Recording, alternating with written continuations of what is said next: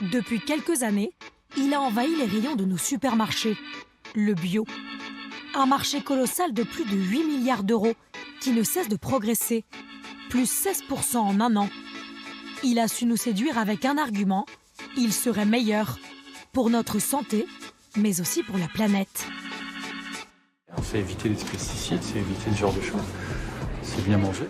Certains produits, je sais qu'il est préférable de manger bio par rapport à d'autres. Et puis c'est meilleur pour la santé, de toute façon.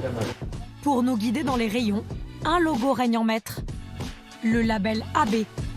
2 petites lettres, connues par 97% des Français. Associé depuis 2009 à un autre symbole, l'eurofeuille, son équivalent européen. Alors, quelle garantie exacte apporte-t-il au consommateur? Est-il suffisamment contrôlé? Et respecte-t-il l'esprit du bio? Nous avons fait de drôles de découvertes dans certains pays d'Europe comme l'Espagne, qui nous fournit des fruits et légumes en grande quantité. Et sur ce marché du bio en pleine expansion, d'autres logos essaient de se faire une place. À leur tour, que valent-ils et comment s'y retrouver?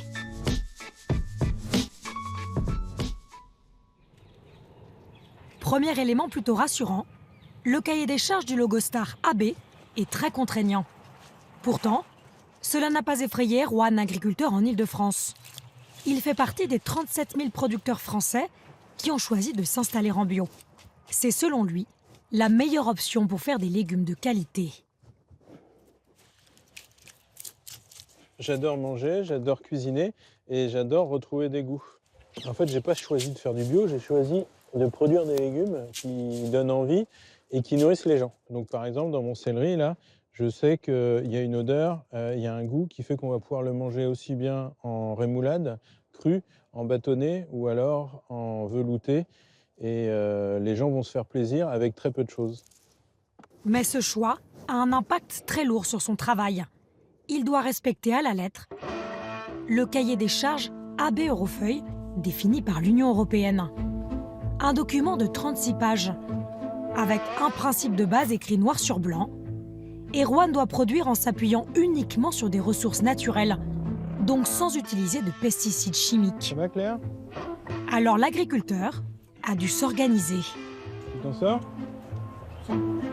Pour le désherbage, pas question de vaporiser un produit phytosanitaire en quelques minutes.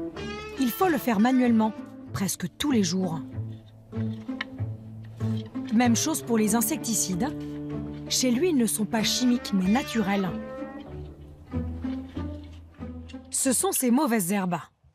Elles vont abriter un prédateur du puceron. Donc le prédateur du puceron, il va me débarrasser des pucerons sur la mâche, sur la salade ou sur la courgette. Chez nous, on appelle ça de la biodiversité fonctionnelle. Voilà. C'est-à-dire que je me sers de la mauvaise herbe pour m'aider dans mes cultures, comme les conventionnels peuvent utiliser un pesticide. Autre contrainte du bio, interdiction totale d'utiliser des OGM, des organismes génétiquement modifiés.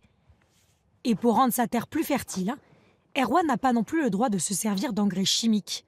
Il peut seulement épandre ce fumier, un mélange de compost et de débris de bois.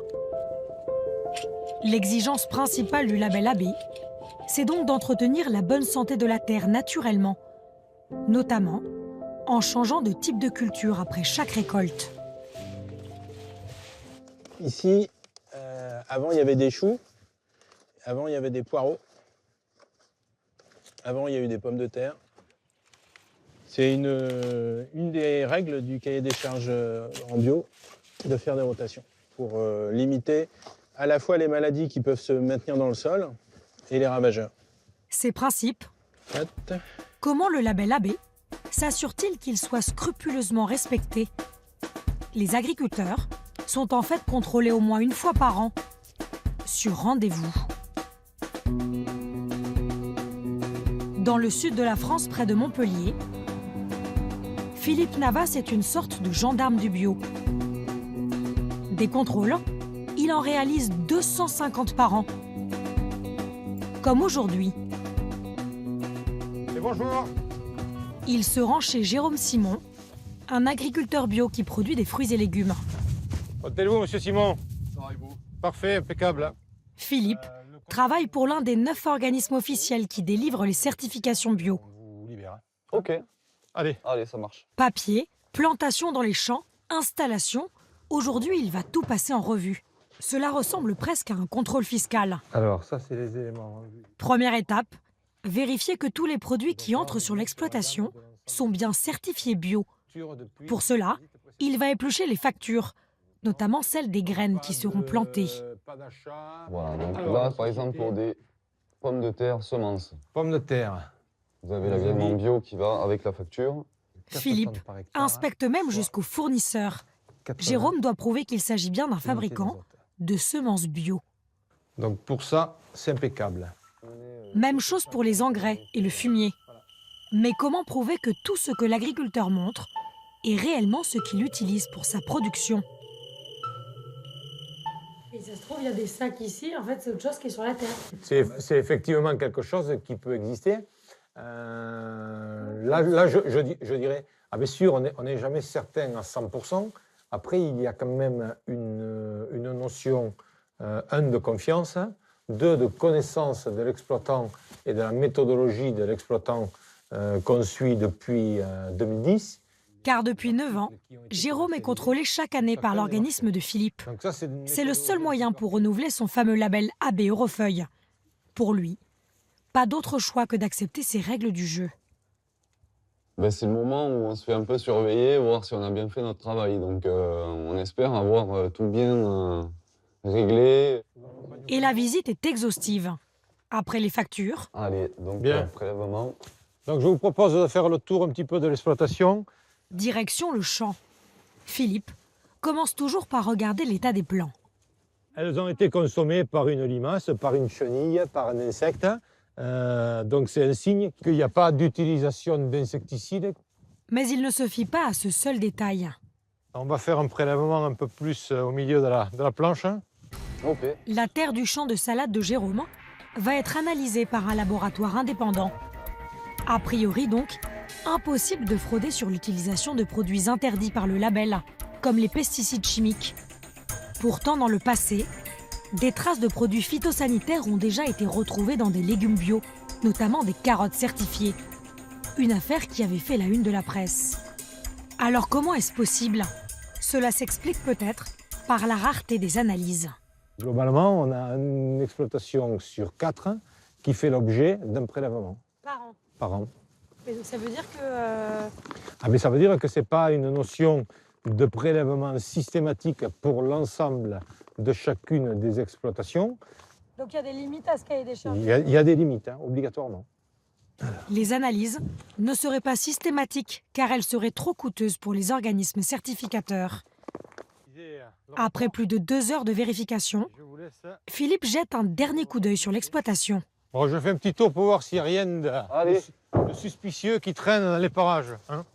Juste dans les recoins, vous regardez. Allez, on peut tout regarder. Potentiellement, M. Simon a plus malencontreusement oublié un sachet que j'aurais pas dû trouver lors de ma visite du jour. Finalement, RAS chez cet agriculteur, il conserve son label bio. Des contrôles comme celui-ci, le cahier des charges en prévoit un par an, plus un autre, inopiné cette fois, tous les 2 ans. Allez, au revoir. Au revoir. Le moyen, selon Philippe, de garder une pression constante sur les agriculteurs et d'éviter les fraudes. Résultat l'an dernier, moins d'1% d'entre eux étaient hors des clous et ont perdu leur label AB Eurofeuille. A priori, ce dernier apporte donc un certain nombre de garanties sur la non-utilisation de produits chimiques et d'OGM. Mais est-ce suffisant? Créé en France en 1985, par des agriculteurs prônant un meilleur respect de la terre, il devient européen et se transforme en Eurofeuille en 2009. Les règles sont refondues pour devenir les mêmes dans tous les pays de l'Union. En clair, si un produit est labellisé bio aux Pays-Bas ou en Roumanie, il est aussi chez nous. Selon une partie des agriculteurs français, c'est là le début de certaines dérives. Car si tous les producteurs européens suivent le même cahier des charges, ils ne travaillent pas tous dans le même esprit.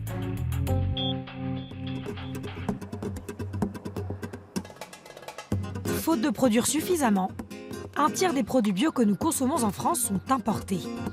Et les légumes viennent en grande partie du sud de l'Espagne. En Andalousie, la ville d'Almeria est considérée comme le potager de l'Europe. Ici, des milliers d'hectares de légumes poussent sous ces immenses bâches de plastique. Cette production en partie bio est assurée par de grandes multinationales.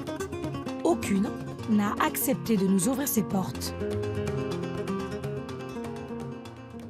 Biosabor es ya un referente internacional en la producción ecológica de hortalizas. Exportamos nuestros productos a más de 20 países de todo el mundo. Mais voici le film promotionnel de l'une d'entre elles. Un géant de la tomate bio qui produit et expédie 60 millions de barquettes chaque année vers toute l'Europe, dont la France. Ici, le cahier des charges du bio est rempli. Pas de pesticides, pas d'OGM et des tomates plantées directement dans la terre comme l'exige le label. Mais pour les faire pousser même en hiver, les serres sont chauffées. Une grande dépense d'énergie et un non-respect de la saisonnalité. Mais Eurofeuille n'impose aucune norme sur le sujet. Autre point peu cohérent avec les valeurs du bio, ces tomates vont parcourir des milliers de kilomètres en camion pour approvisionner les étals de nos supermarchés. Cela n'est pas très écolo, mais là encore, rien dans le cahier des charges. Dernier point, bien absent de la réglementation bio européenne, les conditions de travail des ouvriers. L'été dernier, nous avions filmé ce campement de fortune aux abords d'une exploitation bio en Espagne. Ici, près de 4000 travailleurs agricoles vivent dans une situation très précaire. Souvent sans papier, ils viennent du Ghana ou du Maroc. Ce jeune homme de 32 ans vit depuis plusieurs mois dans l'une des cabanes du camp. Il la partage avec un autre travailleur. Elle est sans eau courante et aménagée avec des objets qu'il a trouvés dans la rue. Pourquoi vous êtes venu ici? Pour travailler, pour me faire de l'argent, pour aider ma famille. Et comment vous vous sentez? Qu'est-ce que vous pensez de vos conditions de vie? Ce n'est pas vraiment très confortable, c'est vraiment très difficile. Et vous travaillez dans quel type d'exploitation? Je travaille dans une ferme bio. Il dit être payé entre 4 et 5 euros de l'heure, de la main à la main. Comme lui, il serait des centaines dans le sud de l'Espagne. Des ouvriers sans papier dont tirent profit des géants du bio. Des exploitations taille XXL qui ne respectent pas la saisonnalité. Ces entreprises semblent bien loin des fondements de l'agriculture biologique. Pourtant, elles respectent le cahier des charges européen et sont labellisées Eurofeuille. Alors comment est-ce possible? Pourquoi le label n'est-il pas plus strict? En banlieue parisienne, nous sommes allés poser la question à l'Agence Bio. L'organisme, qui appartient au ministère de l'Agriculture, a participé à l'élaboration du label AB Eurofeuille. Bonjour monsieur. Bonjour, Emmanuel Mesclat, France 2. enchanté. Merci de nous recevoir. Merci beaucoup. Nous montrons au directeur les images des exploitations espagnoles et de ces tomates qui poussent sous serre chauffée en plein hiver. Pour lui, le cahier des charges n'a pas à imposer de règles sur la saisonnalité aux agriculteurs. Ce serait à nous de nous responsabiliser lorsque nous faisons nos courses. On a des consommateurs aujourd'hui qui consomment des produits bio, qui viennent de loin, notamment des produits qu'on n'a pas du tout sur nos latitudes. La tomate, on l'a. La tomate, on l'a à certains moments de l'année. On a besoin d'avoir l'hiver, est-ce qu'on ne pourrait pas contraindre les producteurs? Non, je pense que c'est effectivement une bonne idée d'aller de plus en plus. Pas forcément les producteurs, encore une fois, la question, c'est la distribution et les consommateurs. Quant aux conditions de travail, selon lui, elles sortent complètement des compétences du label. Encore une fois, ce serait aux consommateurs de faire le bon choix. Là, on est complètement en dehors de la loi. La question ne se pose pas de savoir si on est bio ou pas bio. Donc, il faut qu'il y ait de l'information qui circule, qu'on le dise quand on achète un produit français, quand on achète au producteur près de chez soi. On travaille aussi pour améliorer ses conditions de salaire, parce que là, on sait qu'on a une rémunération qui respecte la loi française. En clair, pour Florent Gull, AB Eurofeuille a un seul but, fixer des règles sur les moyens de production, pas plus. Un label qui a donc des limites, mais qui rassure les consommateurs, prêts à payer jusqu'à 2 fois plus pour du bio. Un succès qui fait envie et donne des idées. Certains agriculteurs ont décidé de surfer sur cette vague verte en créant leur propre label. Lancé il y a moins d'1 an, un nouveau logo encore peu connu a fait son apparition dans les rayons des supermarchés. Le zéro résidu de pesticides. Alors est-ce du bio? Et que cela signifie-t-il vraiment? Salut les gars, ça va? Patrick Larère est l'un des fondateurs de ce zéro résidu de pesticides. Bon, comment ça va ce matin? Pas trop mouillé? Bon. Ok, bon allez, on y va. C'est parti. L'agriculteur vient contrôler la récolte des 15 hectares de carottes qui seront vendues sous ce label. En fait, elles sont entre deux. Pas bio, mais pas tout à fait conventionnelles non plus. Depuis quelques années, par conviction, Patrick a décidé de diminuer drastiquement son utilisation de pesticides chimiques. Mais passer au 100% bio serait trop contraignant, car c'est plus de main-d'œuvre et 3 ans de processus de conversion. La solution pour lui, ce label zéro résidu de pesticides. Sur ce champ, par exemple, il n'a pas vaporisé d'herbicides de synthèse. Donc ça, c'est là, on peut voir un champ de carottes avec une planche de carottes, avec les 3 rangs ici, 1, 2 et 3. Et on peut voir que là, c'est installé une concurrence entre des mauvaises herbes, ici. Voilà, tout ça, c'est des mauvaises herbes. Et les carottes. Ici, sur le rang, ben, il reste une mauvaise herbe. Cette mauvaise herbe a forcément concurrencé les carottes autour. Donc vous voyez, cette carotte-là, ici, elle est toute petite. Voilà. Sans pesticides, sa parcelle a un rendement plus faible, mais les carottes poussent quand même. Si sa production était en péril, ce qui arrive parfois dans le bio par exemple, son label l'autorise à utiliser avec modération des pesticides chimiques. Aujourd'hui, on peut utiliser des produits de synthèse sur des cultures zéro résidu. Ce ne sont pas des cultures bio, ça reste des cultures conventionnelles, mais qui vont utiliser des méthodes du bio, mais qui vont utiliser les pesticides en dernier recours. Et dans des quantités très faibles, les produits doivent être indétectables au moment de la récolte. Pas plus de 0,01 mg par kilo de légumes, une limite par défaut définie par l'Europe. Aujourd'hui, une quarantaine de producteurs font partie du collectif Nouveau Champ, à l'origine de ce label pas bio, mais plus vertueux que le conventionnel. On peut faire ça dans des caisses Larère, s'il te plaît, des cartons. Des efforts qu'ils espèrent payants. Ce logo leur permet de vendre leurs produits plus chers que du conventionnel. Nous, l'idée, c'est que ce produit-là, il soit vendu à un prix intermédiaire entre le conventionnel et le bio. Voilà. Nous, ce qu'on attend, on fait des efforts, on veut que ce produit soit payé plus cher. Alors, vrai engagement pour la planète et notre santé, ou simple coût marketing? Dans les rayons des supermarchés, les consommateurs pour qui le bio est souvent synonyme de zéro pesticide, ne risquent-ils pas de s'y perdre? Car l'étiquette est verte, comme le label bio, et ce qui attire le regard, c'est bien les 2 mots « zéro pesticide ». Bref, une certaine confusion pourrait naître dans la tête du consommateur. Mais c'est pas trompeur. Je vois, à aucun moment c'est trompeur. Les éléments de langage qui sont dessus, à un moment donné, y a rien qui... où est-ce qu'on peut tromper? Dites-moi, où est-ce qu'on peut tromper? Zéro résidu. Zéro résidu de pesticides, alors que les gens ils Zéro parlent de résidu. pesticides. Mais non, zéro. À aucun moment, c'est bien ce qu'on explique. À aucun moment on dit qu'on n'utilise plus de pesticides. Par contre, ce qu'on vous dit, on est déjà en avance. On est dans une démarche de progrès agricole. Du zéro pesticide qui n'est pas bio, un label AB qui pourrait aller plus loin. Face à ces insuffisances, certains ont décidé de contre-attaquer. Qui veut son couteau? Sébastien. On se répartit. Heidi, tu prends le début. Sam. Et puis voilà.